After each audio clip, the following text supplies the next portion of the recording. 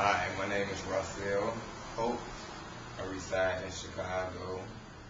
Um, Pretty much today's topic is about Your American dream. And my what American dream. what was that dream when you were younger? Well, my dream when I was younger, I would say I wanted to be a lawyer. You know, And what do you do today? right now I just work a factory position. Okay, that's a huge switch from being a lawyer. Why didn't you pursue those dreams of being a lawyer? Pretty much not having nobody to have push me, saying that you can do it, or you know, go to school or do this. You know, it was basically just finished high school. Hmm. You know, And both of your parents, were they college grads? no. My both of them finished high school, but my father was into the streets, and my mother, she was halfway in school, but then she stopped going to school. Okay, did you have a big family? I had a medium-sized family or whatever. I was the youngest out of 5 kids. you Did know. did any of your siblings go to college? No. No. Okay. How many people in your family graduated from college? So far, just one. Okay, and who was that, like a distant? Just my nephew. Okay, My great. nephew. Okay, great. So if somebody tells you in America you could be anything you want, do you think that's true? I believe it's possible if you had that push, but if you would have asked me this probably 3 years ago, I would say no. Okay. Did you have any role models? Who was your role model? Well, my mother, she was my role model. My father was my role model, but for the most part, when I was younger, no. Okay. Do you vote in every election? Not this current. No, you don't. Okay. Do you know who your state representative or any state representative in the state of Illinois? Okay, Mr. Walsh, what about me?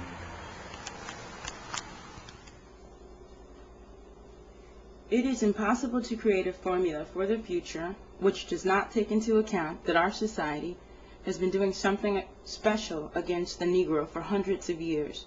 How then can he be absorbed into the mainstream of American life if we do not do something special for him now, in order to balance the equation and equip him to compete on an equal basis? Dr. Martin Luther King, Why We Can't Wait, page 134. Negroes are still at the bottom of the economic ladder. They live within 2 concentric circles of segregation. One imprisons them on the basis of color, while the other confines them within a separate culture of poverty. Why We Can't Wait, page 23. He is deprived of normal education and normal social and economic opportunities. When he seeks opportunity, he is told, in effect, to lift himself up by his own bootstraps, advice which does not take into account the fact that he is barefoot. Why We Can't Wait, page 23. An individual must stand up and be counted, and be willing to face the consequences, whatever they are. If he is filled with fear, he cannot do it. And my great prayer is always that God will save me from the paralysis of crippling fear, because I think when a person lives with the fear of the consequences for his personal life, he can never do anything in terms of lifting the whole of humanity and solving many of the social problems that we confront. How does one overcome fear? First, we must unflinchingly face our fears. Then we master fear by developing 3 of the greatest virtues of human nature: courage, love, and faith. We can master fear through one of the supreme virtues known to man: courage. Courage is the power of the mind to overcome fear. Courage faces fear and thereby masters it. Cowardice represses fear and is thereby mastered by it. Fear is mastered by love. Such love confronts evil without flinching. Fear is mastered by faith. Faith in God can overcome all fears. Faith does not exempt us from pain and struggle. Rather, it instills us with the inner equilibrium needed to face strains, burdens, and fears that inevitably come, and assures us that the universe is trustworthy and that God is concerned. Dr. Martin Luther King, The Strength to Love, page 110. He who passively accepts evil is as much involved in it as he who helps to perpetrate it. He who accepts evil without protesting against it is really cooperating with it.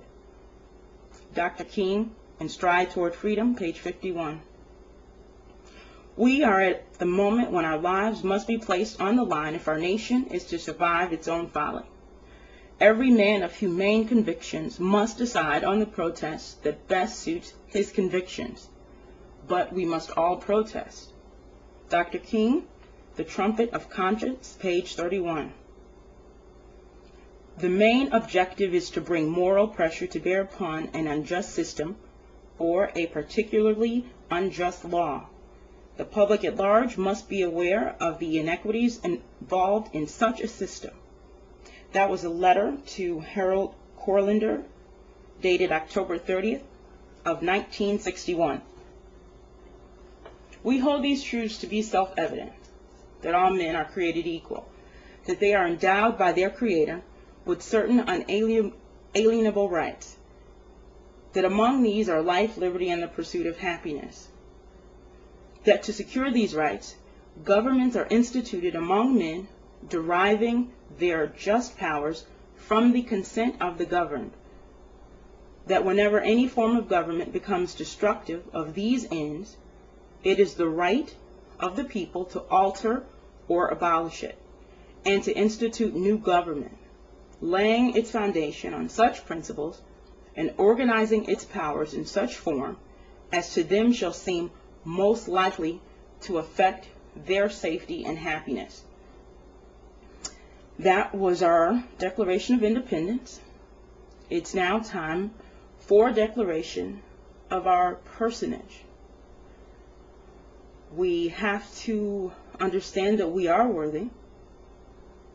We are also citizens of the state. So that means every elected official should have a plan for every man, every citizen of the state.